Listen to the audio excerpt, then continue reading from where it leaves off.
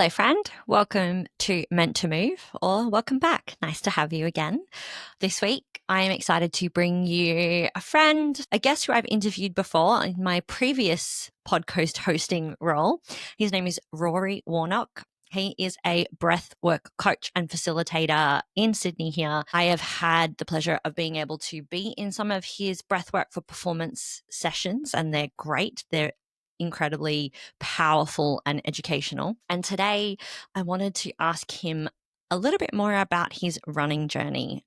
So you will find out quite a lot about how breath has changed his running, what, running means. We really go into a discussion about running because I am not a great runner. And for those of you who are like me, don't turn off here. This is actually a super interesting conversation about how we can get into running, what types of running are interesting to us. And it gets a little bit philosophical, and I'm really excited about that. I'm really excited for you to listen to that.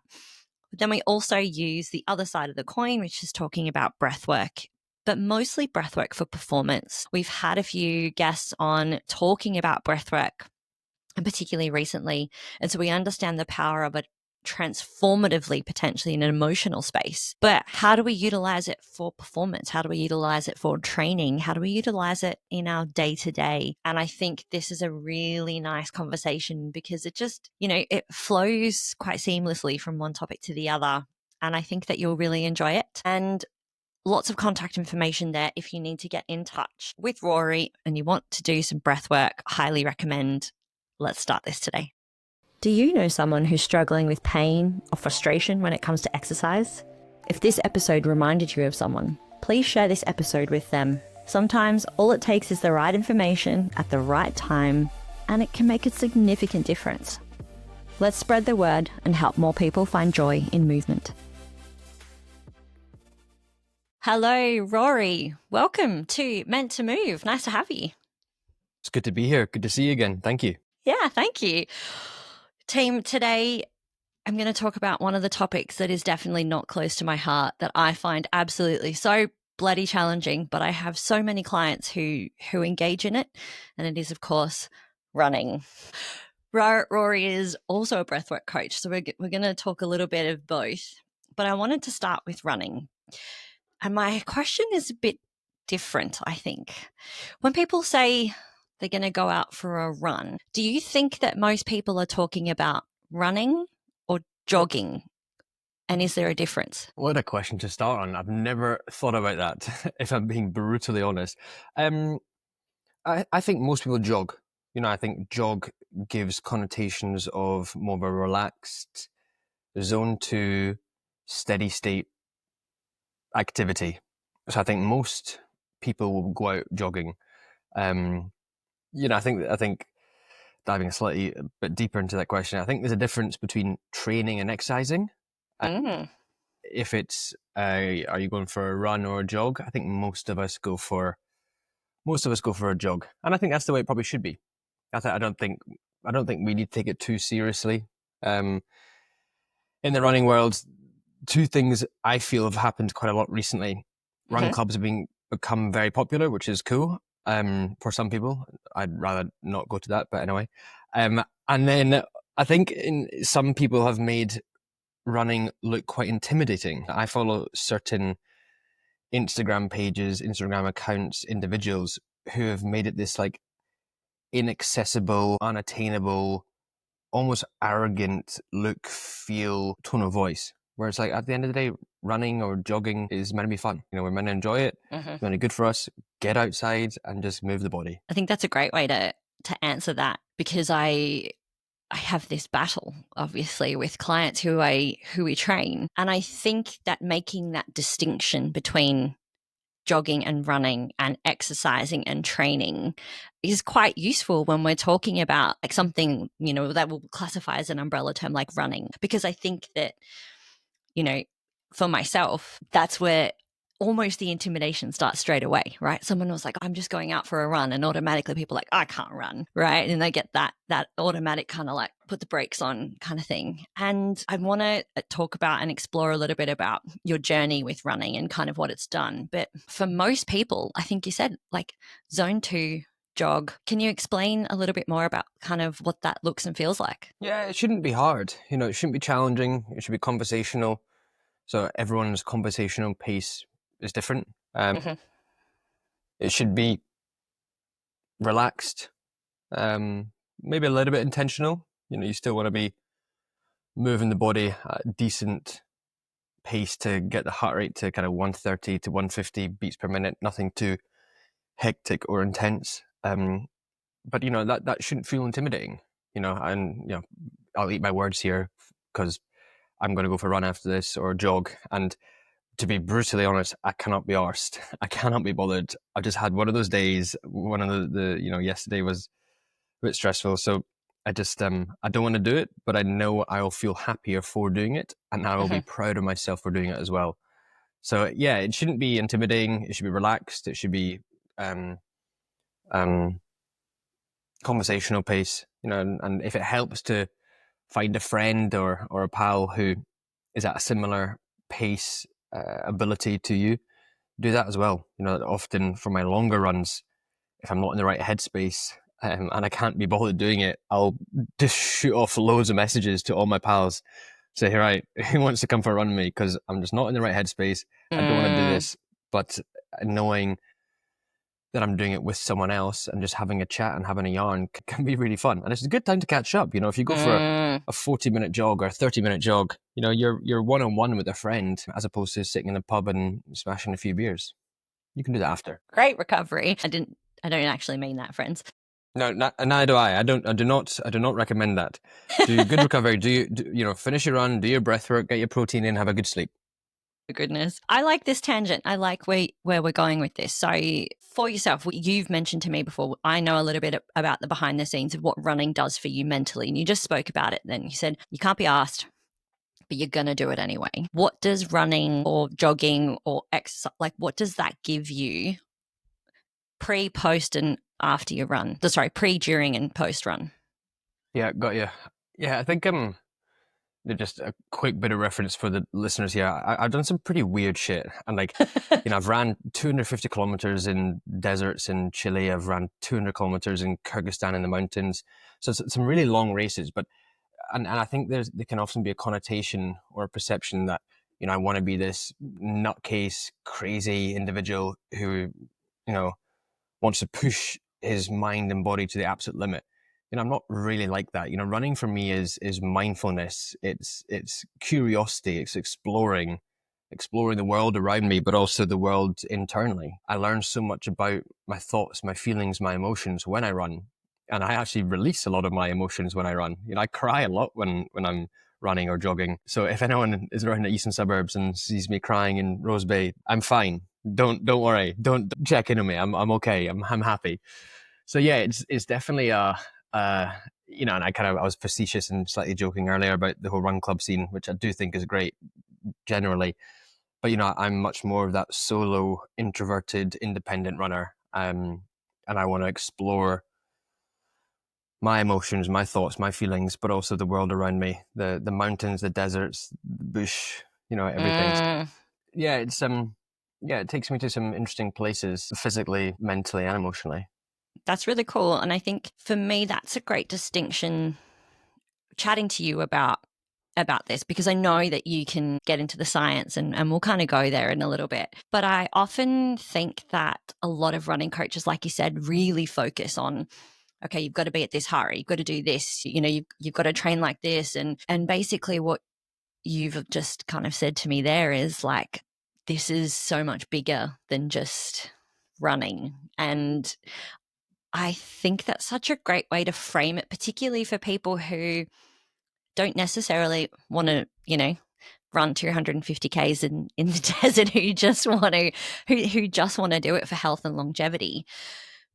Coming into it with that mindset of like, I don't have to achieve, I don't have to be anything out, you know, or try to push myself to that point. I can just look through the trees and find the nice things in nature. And I think that's really underrated. I agree, and I think platforms like Strava, for example, or social media, have slightly tarnished our ability to just go for a jog and just go for a Yeah. run.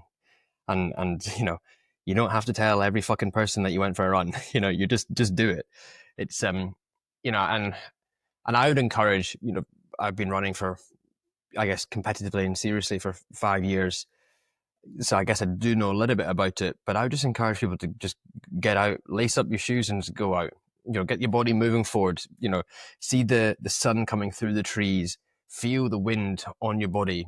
That's living. That's going to benefit how you feel and how you process the world around you. So it's yeah, we can get a bit serious, we can get a bit stuck in our own head, but when you bring it back to the simple basics of what it is, you're just putting right foot in front of left foot in front of right, and you're just going to Hmm. do something that's better that betters yourself. And we can talk about the science later if you'd like to, but the more you do something in a conscious stress, the better you will get. So for anyone listening, if you want to get better at running or jogging, just do it. Just Hmm. just do it. Repeat it over days, over weeks, over months, years, and you will get better. You will get faster. The heart rate will get lower. It will get easier. Like I never once thought I'd be able to run 100 kilometers. Hmm. Now, truthfully, that doesn't actually scare me. I've got a 100K race in about 4 or 5 weeks. And I'm like, yeah, cool. I've got to pack my bags and go do another one. So yeah, it's an interesting one. That's very cool. That's very cool. Before we touch on a little bit of the science and what it takes to kind of get to those lengths, my mentor, he comes on this show once a month, and he said to me that running when you were a kid was, is and was one of the most exhilarating things that you could do. All right. It's play. It's fundamentally like, you literally, like you said, you feel the wind in your face. And while I don't enjoy jogging, my hypermobile body tends to disform more than it likes to when I'm jogging. I really like to run, like sprint. And that feeling of exhilaration, I think, is kind of a little bit of what you're alluding to there. And I'm curious, do you feel that? Like that kind of like, oh, I'm playing like a kid kind of thing? Massively, and I love that you said that word play. It's very much how I feel when I trail run, and that is predominantly what I uh, compete in, and the races that I take part in are trail races. I'm not that interested in running on a road. I find it quite boring, to be honest. But the play aspect is so important. And as we got older, we forget to play. And I think you. I know you know me pretty well, but the people listening are probably realizing that I go down a lot of segues when I speak because I get excited and my brain just goes at 100 miles an hour. But it's very much like BJJ, Brazilian Jiu Jitsu has gained in popularity. I believe is because, men and women just being playful again. As we get older, why do we reduce our volume of play? I think we all get serious. You put on the suit, put on the tie, and we march away into the city. And look at me, I'm so serious. Like fuck, man, just play. Like this, what's the point? We're meant to laugh, we're meant to have a bit of fun, get out in nature.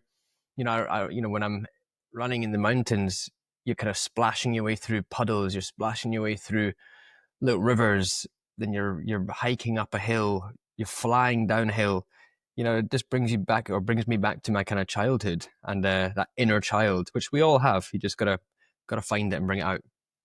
That's great. No, I think this is such a really nice start to something that I think can get quite technical, like you said. And I'm all for the technical aspects of it. I think it's that side of it, nerd brain comes out. That's kind of fun and cool. But I'm really glad that you brought up this side of it because, yeah, to me, those people are like, people will say the same to me. Ness, you're crazy. Who likes sprinting? And I'm like, sprinting is exhilarating. Like you feel like death after a few, but good kind of death. Like I really achieve something when I get to that pace and you can feel yourself really moving. And no, thank you for sharing that. Talk to me a bit about that. So how do you feel when you sprint? Is it the first sprint, second sprint, fifth sprint? Like what are the feelings and the benefits that you gain? Well, for me, I love the feeling of acceleration. That's really what it is. Like that that starting from complete stop, and then you can feel how like the power in your body, you can feel how strong you are. And I also like that it's over quite quickly because I'm definitely not an endurance athlete. I'm fully a power athlete. So that side of it comes into, and it's probably the memories in terms of, I used to run up to the vault and I used to run across the floor and then tumble. So that to me also has its positive connotation.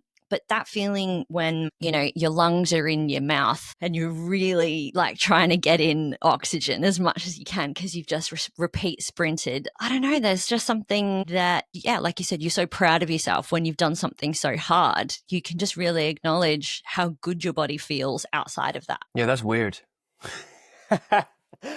I'll tell you what. There's two parts of that I will agree with. I agree with the feeling strong aspect. I think it's a really nice sensation to feel strong in your body. Mm-hmm. That comes down to all the hard work that you've done in the past. So to get to that point, you wouldn't just feel strong automatically, and if you just sat on the sofa every second of every day. But it's feeling proud that you do feel strong. So I get that. I also do get the biomechanics aspect of moving the body, increasing that stride length, swinging of the arms, even feeling like the tight chest. And so I do get that. But the repeated sprint and then feeling like your lungs and your heart up in your throat. And then you get that flavor. I very rarely do speed work these days, but that taste in your mouth is almost like blood or iron. Yeah. Yeah. Yeah. I always Yeah. get that. And, back in the day when I used to do athletics, I was sick all the time. So I think I'm just fearful of that now. So that's why I just run really slow for long distances.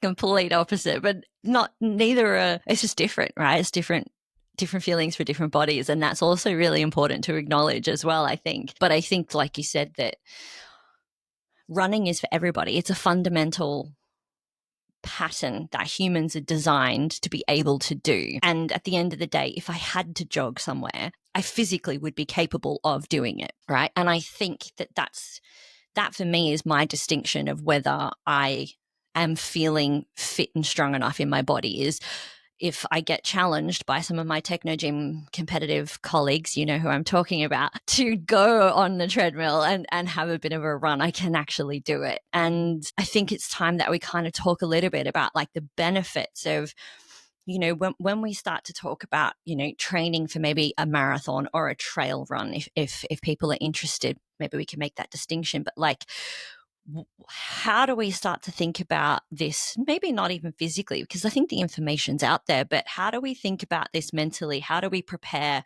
What are we searching for in our body? Yeah, I mean, I'd even bring it back a step to just, if you want to run a 5K, Mm-hmm. just if you want to run Yeah. a 5K or a 10K, you know, the general basics and basis of jogging and running, is just moving from a walk, which generally when you walk you have one foot on the ground at all time. But then when you run, it's more of a single leg sport, so you're just becoming more equipped and strong with that kind of bounding movement. So Mm-hmm. I think if for anyone who's wanting to get into it and take it a bit more seriously, think of just progressive overload, as I'm sure Ness has spoken about this in the past in other podcasts. But I personally wouldn't walk into the gym and put 100 kilos in the bar and start squatting, because I would just crumble and my back would break.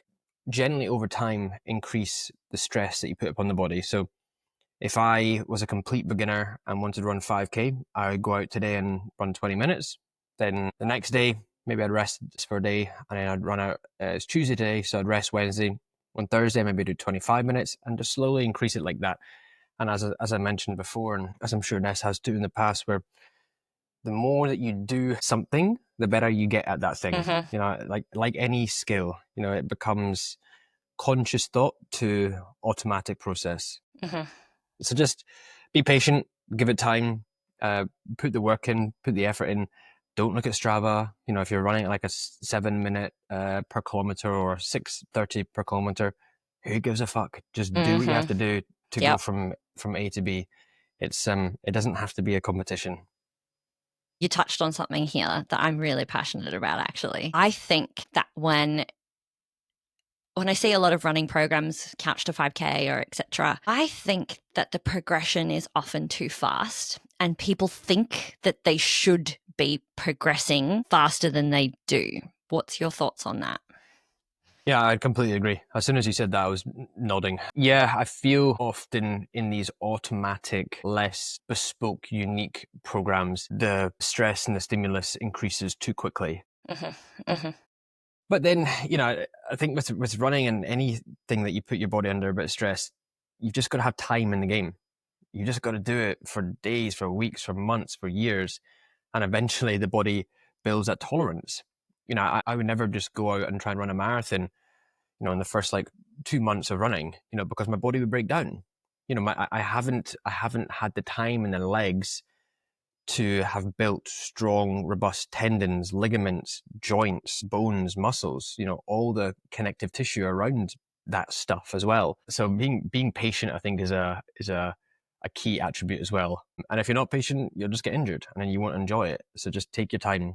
I've been on this journey now for 5 years, and I'm still learning, and I'm Mm-hmm. still understanding what my body can take. Even last year, I think I was running, 60K weeks. This year, I'm able to run 100K weeks. So I've been able to build that tolerance over 5 years. Last year, I would never been able to run 100 kilometer weeks last year, and now I can. It's just the accumulation of 5 years of work really does build. But to answer your Mm-hmm. question, I completely agree. I think there's definitely a lot of programs out there, which I do keep my eye on out of curiosity, that increase volume too quickly. But, if someone wants to go from couch to 5K, then you've got to go from A to B in some way, shape, or form or capacity, right? For sure. Look, it's a super hard balance. And the reason why I say that is, 9 times out of 10, I'm seeing the people who come to me injured after they've done the run, right? So I question these things a little bit differently. And I am definitely not a running coach. I'm kind of like an accessory coach. And I would say this with a lot of the coaching that I do. People go see the expert in that field, a runner, powerlifter, calisthenics.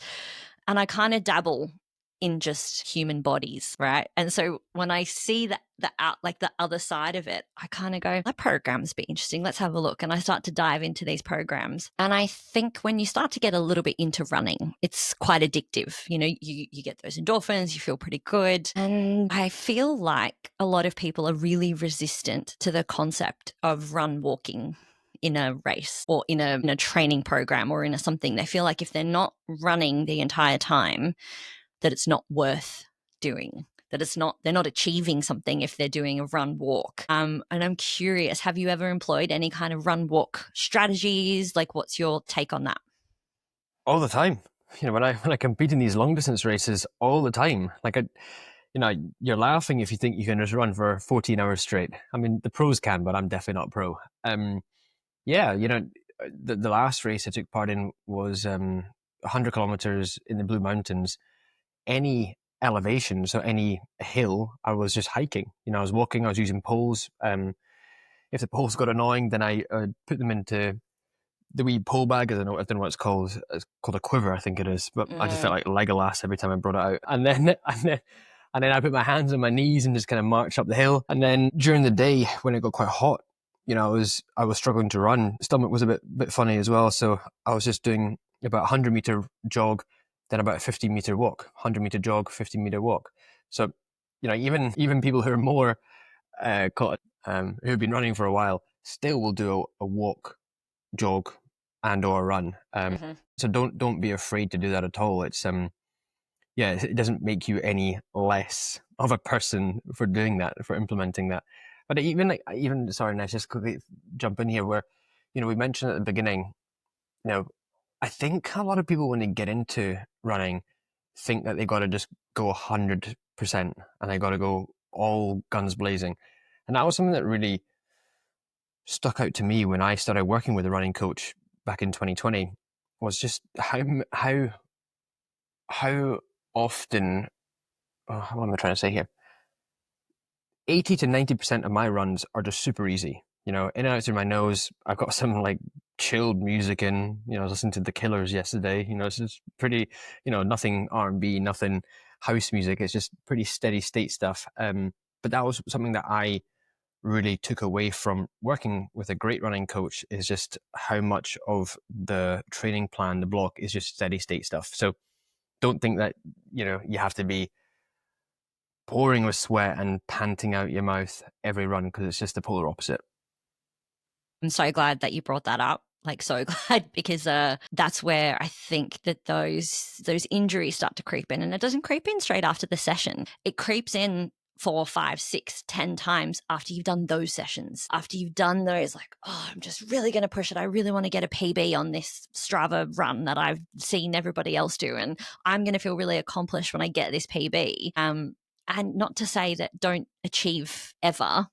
I'm not saying that. I think there's this, like you said, is this really challenging balance to find that edge where you can have enjoyment, where you can keep it at a good level, and then find when your body is working well enough to give yourself that push and that drive forward. How would you say that you strategize for yourself to get to those levels? Patience over time, Yeah. trusting the process, understanding the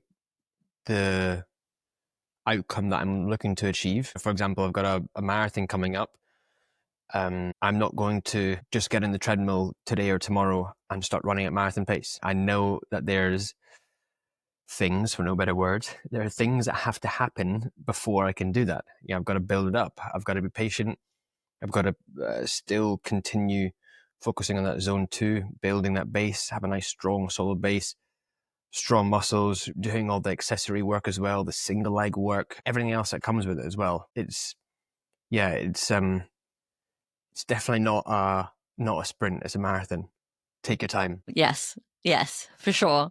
But I think we live in this world where everyone wants fucking quick wins and quick fixes, and anything to do with your body, any time that you want to develop the body, there's no such thing. You and I have been in this game for long enough now that we understand it, we get it, and it's I used to look up, I probably said this to you, Ness, but when I was like 14 or 15 trying to get into training, I used to look up like the best exercise to build your chest, the best exercise to build your legs. It's like, just fucking do squats, do deadlifts, do bench press over and over and over again. And then eventually, hey, you got some good legs on you. It just takes time. Yeah. Yes. I wholeheartedly agree. And that's why I'm really bad on Instagram with my own training, because it looks the same pretty much most of the time, everybody. Well, that you just reminded me actually.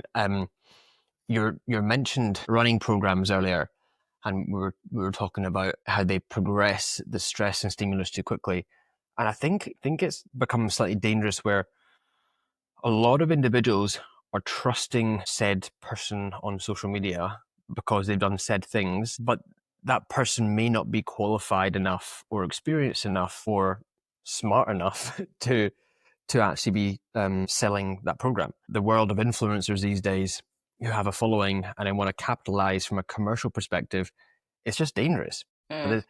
There's a lot of people out there selling programs, but are there a lot of quality programs? No. Are there a lot of quality coaches? Yes, but you've got to look and you've got to find the right coach for you. I agree. I agree. And don't go with the first coach that you look at. Like, take your time. Just shop around a little bit. I think that you might find some that are similar, but go with the one that you feel like has a good message as well as training program. I think that that's finding one that resonates with your values is really important as well. 100%. And my coach, Greg Pearson, I've been with him since 2020. We've done some great things together. I like him for a number of reasons. Just to be open for people here, I get on well with him as a friend. He's the kind of person I can just call and we can chat about things. I really like the way he programs. It makes my life a lot more simple. He programs onto a platform called Training Peaks. I then look at my Garmin or Apple Watch, whatever I'm wearing and training with. The program is then set onto the watch. I don't have to think about it. I just do what is there. Then every week he sends feedback via Loom, this online kind of video platform. And then I listen, interpret it, and then we go through it. Yeah, that's worked for me over the last kind of 5 years. But I know there's coaches that work in a slightly different format. But I've enjoyed that structure. And from running coaches are good for a lot of things. And I'm sure Ness, you can jump in here as well, where I've got quite a few things happening in life, as we all do. And the last thing I want to be doing is thinking about a program or a plan. And I just like being told what to do, then I'll do it. It's like classic accountability, right? Having an accountability coach. But all, that's one aspect. But then also they know what they're doing. They live and breathe this. They do it every single day to, if it's a good coach, so they have hundreds of people on their books. So, when you do something over and over and over again, Monday to Friday, you get pretty good at it. So there's a bit of trust and credibility there as well. No, I wholeheartedly agree. One thing that you did mention before that I'd love to go into is that you talked about for, 80% of your runs, you're pretty relaxed, you're pretty casual, and your nose breathing.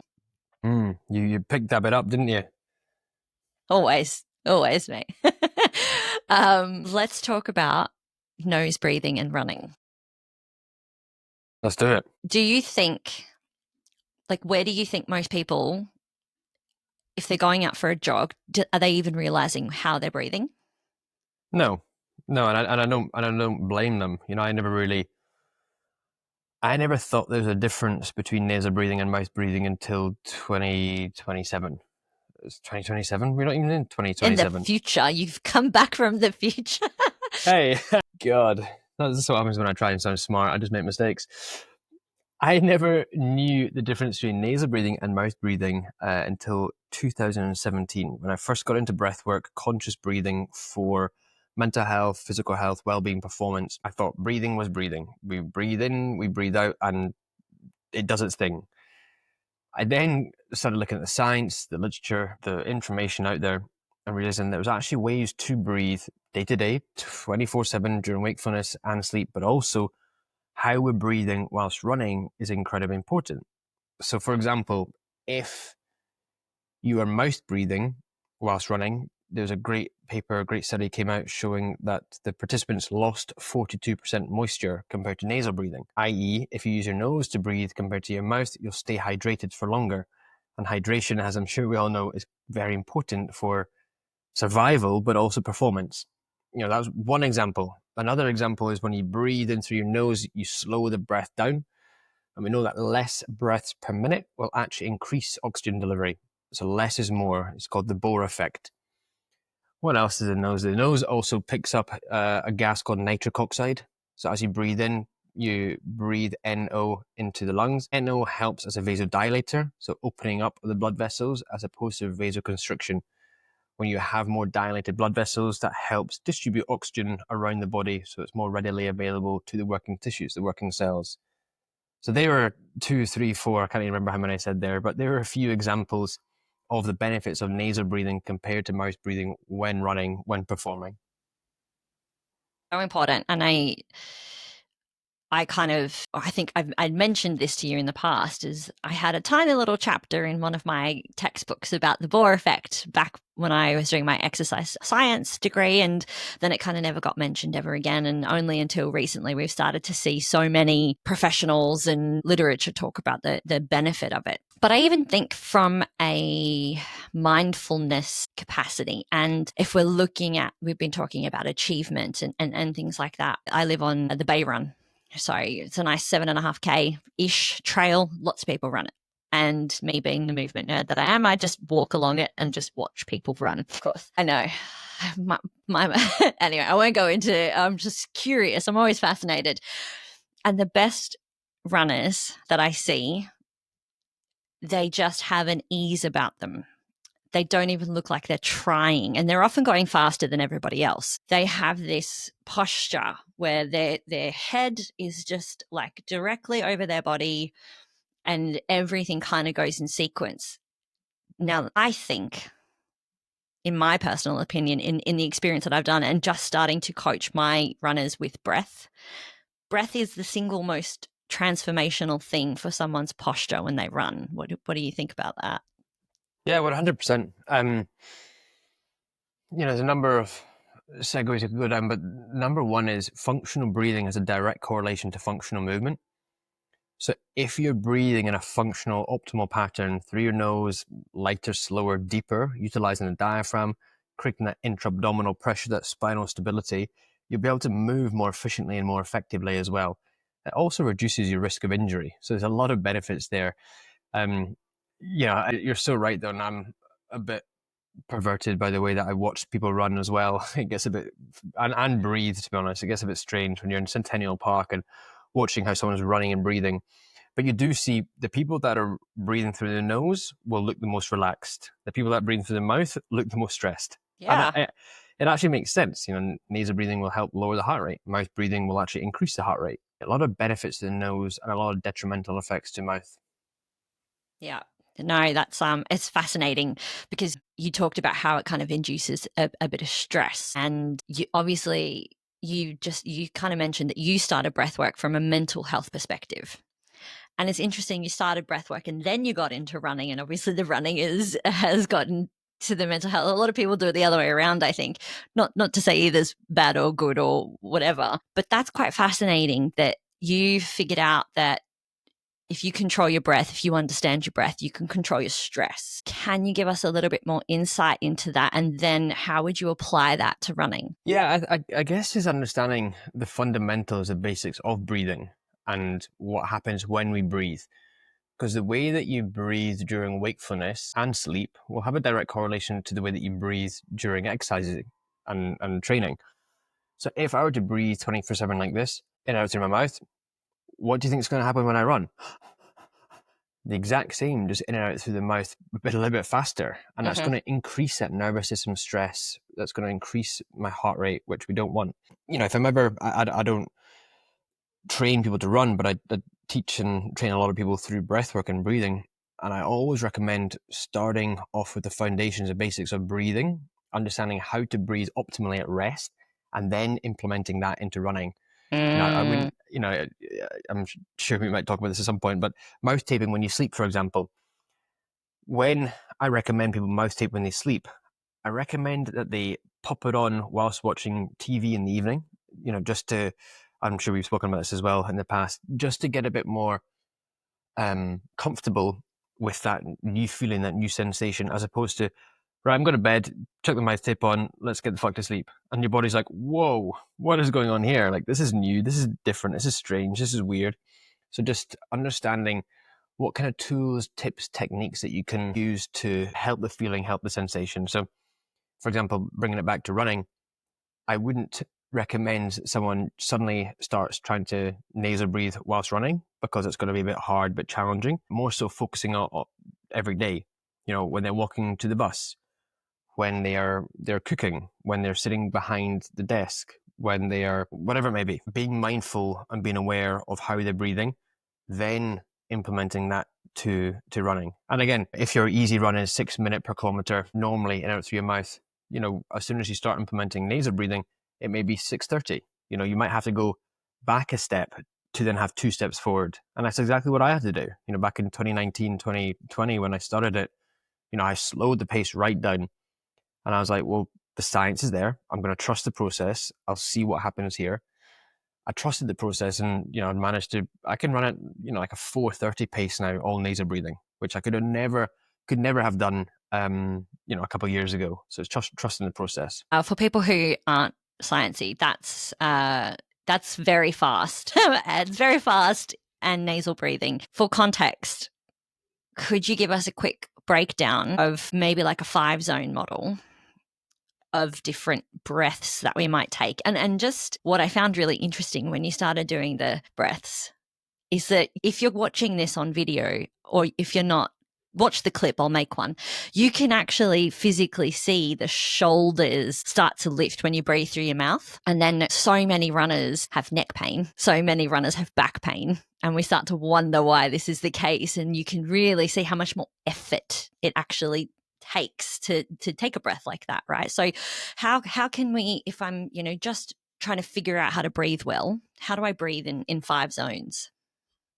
Yeah, well, just on that last point you said there, there's an energy cost associated with breathing.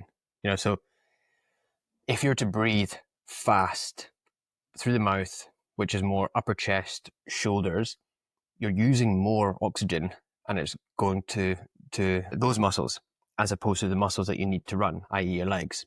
So if you can reduce the effort to breathe less, breathe slower, breathe deeper through your nose, then the oxygenated blood can go to the legs, and then you can perform better for longer duration. So yeah, that you're bang on about the energy cost aspect as well. What was your question now? I've forgotten. That's I forgot too. Don't worry. It's the 5 zones. Can you explain how people could ideally breathe? Like we're sitting. I would call this zone 0 or 1, pretty chill. What's good to breathe like this? And then if I'm going like Vanessa repeat sprint max, what should I look like when I'm breathing? Yeah, perfect. So I call this the breathing gears, like we're like a gear for the car. Gear one, zone one is relaxed, steady state, in and out through your nose. You're sitting behind the computer. You're not stressed. In and out through your nose. It's light, it's gentle, it's quiet, it's effortless. Just in and out through your nose, nice and rhythmic. If you were to close the laptop, get outside for a bit of a walk, you're increasing from zone one to zone two, i.e., gear one to gear two. It can be a bit more powerful through the nose in, relaxed through the nose out. So you're driving the oxygen in and just releasing the carbon dioxide. If we move from a walk into, let's say, a steady jog, a nice relaxed jog, which is going from into zone three, which is gear three, increasing the intensity, the effort a little bit. We're going to go power in, power out. Just a little bit faster. We're still focusing the breath deep. It's still intentional. It's not short. It's not shallow. Then we're moving up to gear four. This is increasing the effort output even more, moving more into anaerobic, generally shorter in duration. Then we can go in and out through your mouth. Then as you go into gear five, which is, your 10 to 20-second sprint on some kind of erg, my idea of absolute hell, but Nessa's idea of heaven, which is weird, but whatever. So that is fast in and out through your mouth. We're talking powerful. I'm not going to do it because it could break people's ears, but it's fast in and out through your mouth. It's intentional. It's purposeful. Fast breath out to release the carbon dioxide, and then a fast breath in. And you can even hear my voice. I'm starting to ramp up as well. So it's effort, it's energy. But as soon as you finish that sprint, I kind of like ski erg for whatever reason. Maybe it brings me back to my youth skiing in the French Alps. When you're skiing, if you're going to say a 20-second sprint, then as soon as you finish that 20-second sprint, then you stop, mouth breathing, come back to your nose. Okay. And then the intention, as you know, Ness, is to drive the heart rate up during the sprint and then bring it right back down as quick as you can. Often with performance, it's not how well can you perform, but how fast and how efficiently can you recover. And nasal breathing is really, really, really important for that.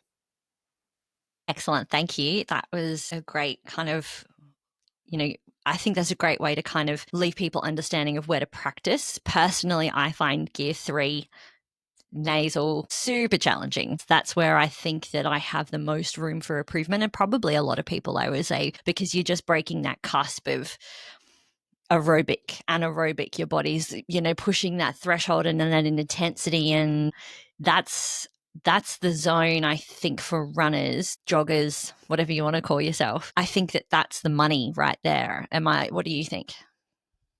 Yeah, I would agree. I would probably recommend, on the topic of jogging, I'd recommend more people stick around gear two. Nice, steady state in and out through your nose.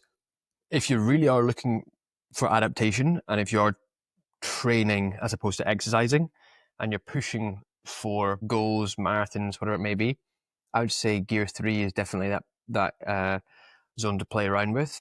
I did the Sydney Marathon last year with my mouth taped, all nasal breathing, and I was definitely into that gear three, at times into that gear four as well.